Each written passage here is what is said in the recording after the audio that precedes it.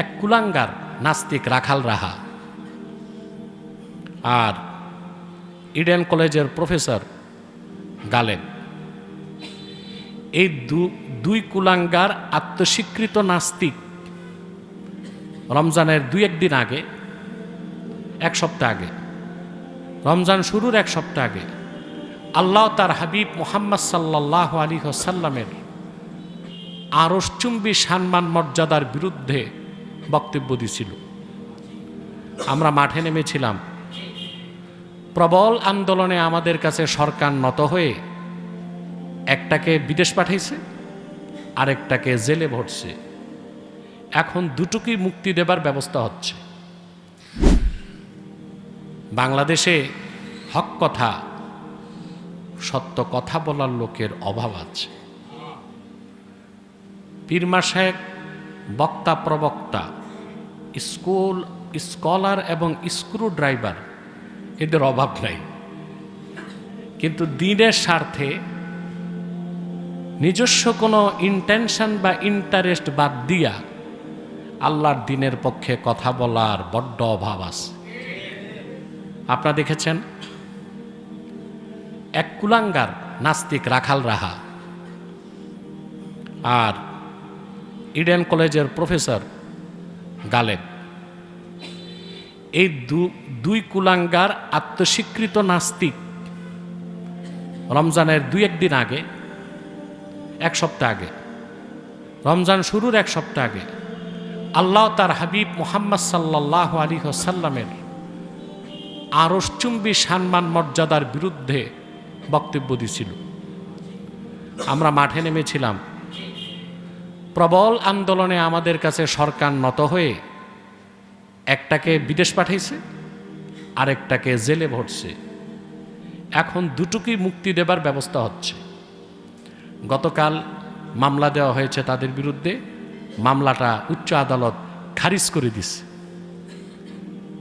চোর ডাকাতের মামলা নেওয়া হয়, নারীবাদীদের মামলা নেওয়া হয়, যে কোনো মানুষের মামলা উচ্চ আদালতে নেওয়া হয়। অথচ এই দুই কুলাঙ্গার নাস্তিক আল্লাহ তার হাবিব মুহাম্মদ সাল্লাল্লাহু আলাইহি সাল্লামের আরশচুম্বী সম্মান মর্যাদার বিরুদ্ধে কথা বলে 14 কোটি মুসলমানের হৃদয়ে রক্তের ক্ষরণ সৃষ্টি করলো। যে মুসলমানের টাকায় আদালত চলে, বিচারপতির বেতন হয়, সেই আদালতে সেই নাস্তিকদের মামলা খারিজ করে তাদেরকে মুক্তি দেওয়া হচ্ছে। ভবিষ্যতে নাস্তিকদের সাহস দেওয়া হচ্ছে, আল্লাহর গজব আবার আসবে, অপেক্ষা করো বাঙালি, শীঘ্রই আসবে। ওই গজবের দিকে যাচ্ছে। এখন আবার কিছু মৌলবী সাহেব যারা আগে মোটা গলায় চটা বক্তব্য দিয়া মঞ্চ কাঁপাতেন, ওনারা এখন চুপ। ওনারা নাস্তিক ব্লগারদের বিরুদ্ধে ওনাদের কোনো বক্তব্য, ভোটের হিসাব করতেছে। কিসের হিসাব? মৌলবী সাহেবগুলো চুপ, ভোটের হিসাব করে। মনে করে এখন যদি নাস্তিকদের বিরুদ্ধে বলি আর আব্বা যদি খেপে যায়, আব্বাকে আমেরিকা যদি খেপে যায় তাহলে তার নির্বাচনে পাশ করে এমপি হইতে পারবে না। আল্লাহ তার হাবিব মুহাম্মদ সাল্লাল্লাহু আলাইহি ওয়াসাল্লামের পক্ষে, দ্বীন ইসলামের পক্ষে কথা বলা যায় না, যে কারণে সেই কারণটাকে পাশ না কেটে এমপি হওয়া, মন্ত্রী হওয়া আর জাহান্নামের টিকিট কেনার মধ্যে আমার দৃষ্টিতে কোনো পার্থক্য নাই। আছে? অথচ আল্লাহর নির্দেশ, ওয়াকুলু কাওলান সাদীদা, যা সত্য এবং হক তা বলো।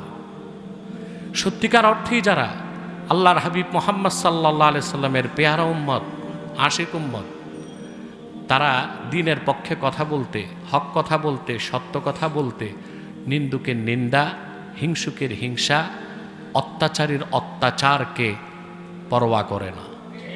তারা কখনো দেখে না তাদের প্রতিপক্ষ হাতি নাকি মাছি। যা সত্য তা তারা বলবে। আল্লাহর হাবিব সাল্লাল্লাহু আলাইহি সাল্লামের সুমহান সাহাবীগণ এই শিক্ষায় আমাদেরকে দিয়ে গেছেন। সুবহানাল্লাহ। হযরত ওসমান রাদিয়াল্লাহু তাআলা আনহু যখন খলিফা দামেস্কে, তখন গভর্নর ছিলেন হযরত মুআবিয়া রাদিয়াল্লাহু তাআলা। কি নাম?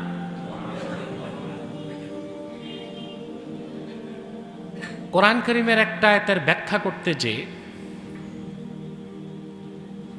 মুআবিয়া রাদিয়াল্লাহু তাআলা আনহু আর রাসূলুল্লাহ সাল্লাল্লাহু আলাইহি সাল্লামের জলিলুল কদর সাহাবী আবু যর গিফারি রাদিয়াল্লাহু তাআলা আনহুর মধ্যে দ্বন্দ্ব হয়ে গেল।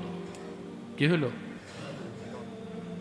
আয়াতটা হচ্ছে আল্লাহ তাআলা বলেছেন, আল্লাযীনা ইয়াকনিজুনা আয-যাহাবা ওয়াল ফিদ্দাতা ওয়া লা ইউনফিকুনাহা ফি সাবিলিল্লাহ ফাবাশশিরহুম বিআযাবিন আলীম।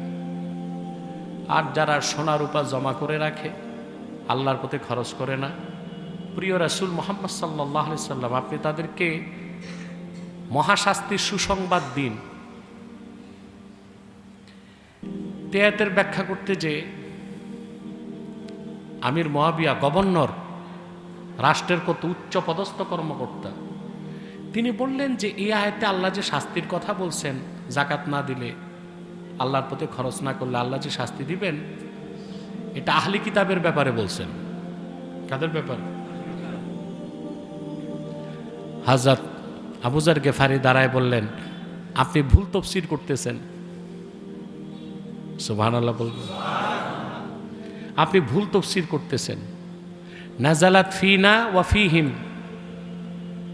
এই আয়াতের হুকুম আমাদের জন্য প্রযোজ্য, তাদের জন্য প্রযোজ্য।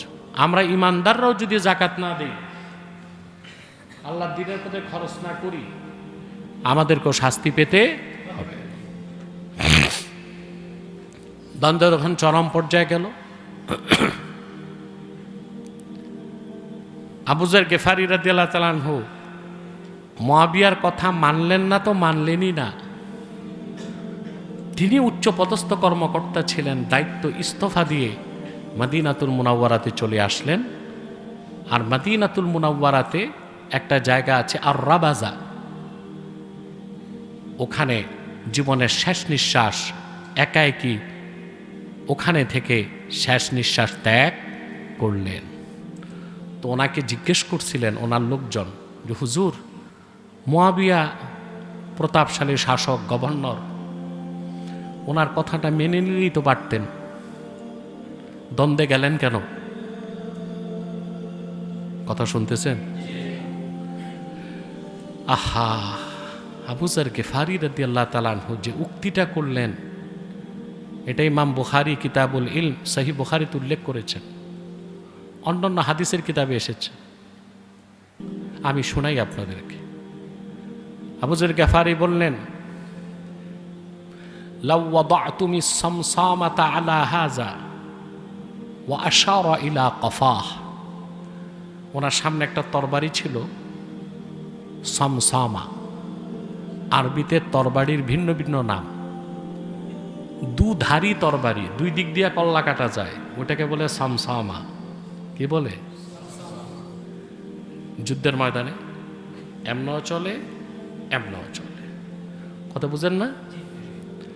আপনাদের হাতে তার তরবারি দিলে এখন নিজের কল্লা নিজে কাটবেন। আপনার এক্সপার্ট হচ্ছেন দাবা খেলায়, ক্যারাম খেলায়, হাডুডু খেলায়, ঠিক না? আর এখন মোবাইল অ্যাপসে এই হাকডুম বাকডুম যে খেলাগুলো খেলেন, এগুলোতে চ্যাম্পিয়ন হবেন আপনারা। কিন্তু তরবারির খেলার চেয়ে মজার কোনো খেলাই নাই। তো দুধারী তরবারি, ওটাকে কি বলে? সামসামা। ওনার সামনে দুধারী তরবারির দিকে বললেন, ওনার অনুসারীদেরকে বললেন, এই দুধারী তরবারিটা যদি তোমরা আমার এখানে রাখো। গর্দান দেখাইছেন। থুম্মা জানানতু আন্নী উনফিজু কালিমাতান সামি'তুহা মিনান নাবিয়্যি সাল্লাল্লাহু আলাইহি ওয়াসাল্লাম লা আনফাসতুহা ক্বাবলা আন তুজিজু আলাইয়া। আমার গর্দানে যদি দুধারী তরবারি ধরে রাখো, আর আমি মনে করি যে আল্লাহর হাবিব সাল্লাল্লাহু আলাইহি ওয়াসাল্লামের কাছে একটি হাদিস শুনেছি, বলা হয় নাই, আমার গর্দান কাটার আগে সে হাদিসটা আমি বলে দিব।